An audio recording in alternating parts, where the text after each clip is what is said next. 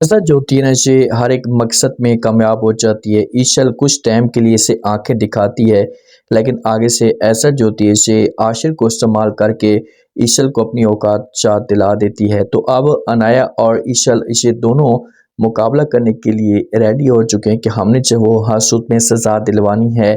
ऐसा कोई ऐसा केस ये सबके सामने खोल कर रखती है।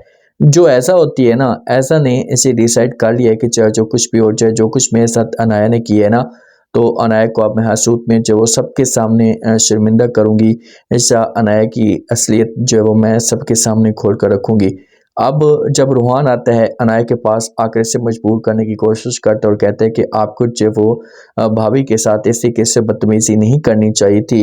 आपने जो कुछ भी उसके साथ कैसे गलत किया, अभी आप जाएँ और जाकर उससे माफ़ी माँगे। तो अनाया अब मजबूर हो जाती है, अनाया के पास कोई और ऑप्शन बचते नहीं है, तो इसी वजह से ये पहुंच जाती है अपनी आप ही के पास जाकर उससे रिक्वेस्ट करती है, उससे कहती है कि जो कुछ भी होना था वो तो हो चुका है, मुझे अपनी गलती का एहसास हो चुका है, आप मुझे माफ़ कर दें। तो वहाँ पर जो ऐसा होती है थोड़े से नखरे शखरे करती है और उसके बाद फिर माफ़ कर देती है। जब अनाया अपने रूम के अंदर जाती है ना, तो ऐसे इसके लिए टिश्यू भी लेकर जाती है, इसे टिश्यू दिखाती है, इसे कहती है कि ये लो टिश्यू। तो आगे से अनायत जो होती है इसे इनकार कर देती है, क्योंकि अनायत जो होती है ये सब कुछ समझ जाती है।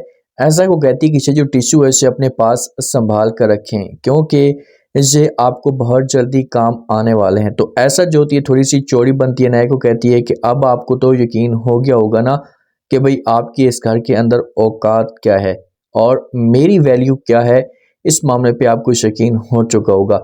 तो अनाया जोगी से फ़ौरन जवाब देगी, इससे बोलेगी कि वो सब कुछ ठीक है, लेकिन मेरी भी एक बात कान खोल कर सुन लें, आगे जो कुछ भी मैं आपके साथ करने वाली हूँ ना, वो भी आप सब कुछ याद रखेंगी। ऐसा ये समझ रही थी कि अनाया जो है ना ये डर जाएगी, लेकिन अनाया डरने वाली नहीं है और ये खुलेआम ऐसा कुछ धमकी देती है कि भाई जो दफनाने वाला होता है ना, वो सिर्फ उसे पहली दफ़ा डरता है, उसके बाद उसे फिर आदत हो जाती है। और मैं तो वैसे भी मर चुकी हूँ, मैं ज़िंदा नहीं हूँ और आपने मुझे उस दिन मार दिया था जिस दिन मेरी मोहब्बत आपने मुझसे छीनी थी। तो ये जो अल्फाज होंगे ना, ये ऐसा को और भी ज़्यादा परेशान करेंगे। जब परेशान करेंगे तो इससे चीज़ें बर्दाश्त नहीं होगी।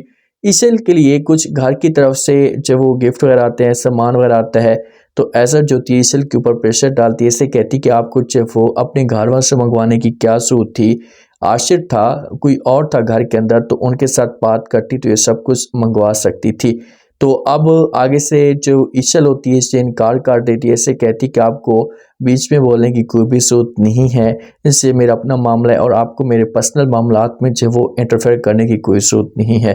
तो फिर लाज़मी तौर पर ऐसा जाकर जो वो सब कुछ बता देगी आशिर को। जो हमारा असद होता है ना, असद को बड़ा यकीन होता है और ऐसा के साथ बात भी करता है। ये कहता है कि देखें कि मुझे अपने भाइयों के ऊपर बड़ा फ़ख्र है कि मेरे जो भाई हैं ये कभी भी मुझे मायूस नहीं करेंगे, ये कभी मुझे शर्मिंदा नहीं करेंगे। अब असद को तो यकीन है, लेकिन ऐसा जानती है कि भाई इसके भाई कैसे इसको शर्मिंदा करने वाले हैं, इसके भाई कैसे इसको जो मायूस करने वाले हैं। तो इसी वजह से जब ऐसा की बातें हो रही होती हैं तो ऐसा के दिल में ऐसा के सवालात जो है पैदा भी होना शुरू हो चुके होते हैं। जब ईशल बातें सुनाकर जाती है ऐसा को, तो ऐसा जो होती है जाकर आशिर को सब कुछ बता देती है। तो आशिर जो होता है इसे ऐसा के आर्डर को बिल्कुल भी एक इनकार तक नहीं करते, एक मिनट में हाँ कह देते हैं। तो ये ईशल के पास आता है, इससे आकर जो बात करना शुरू कर देते हैं इसके सामने, इससे कहते हैं कि आप ड्राइवर को बुलाएं और जो आपने सामान मंगवाया था तो इसे आप वापस करने की कोशिश करें। ये बातें जब ईशल सुनेगी तो ईशल हैरान होकर देखना शुरू कर देगी और यहीं से और बेगम और हस्बैंड के बीच में जो एक नई नवेली दुल्हन और दूल्हा होते हैं ना, उनके बीच में यहीं से यही मेन पॉइंट होता है कि नफ़रतें जो है ये बढ़ना शुरू हो जाती है और ईशल इस लम्हे को कभी भी नहीं भूल पाएगी। अब बनाया आती है, आकर बात भी करती है ईशल के साथ, क्योंकि ईशल परेशान होती तो नाया कहती कि हम दोनों एक ही कश्ती के अंदर सवार हैं, मैं तो ये सब कुछ चुपचाप बर्दाश्त कर लूँगी, लेकिन जब अगर आप इस टाइम पे चुप कर गई, आपने बर्दाश्त कर लिया, तो फिर आगे चलकर आपके लिए बहुत बड़े तूफ़ान खड़े होंगे। तो इसी वजह से आपके पास अच्छा मौका है कि आप अभी चुप ना हो, अच्छा कोई ना कोई बड़ा रिस्पॉन्स दें।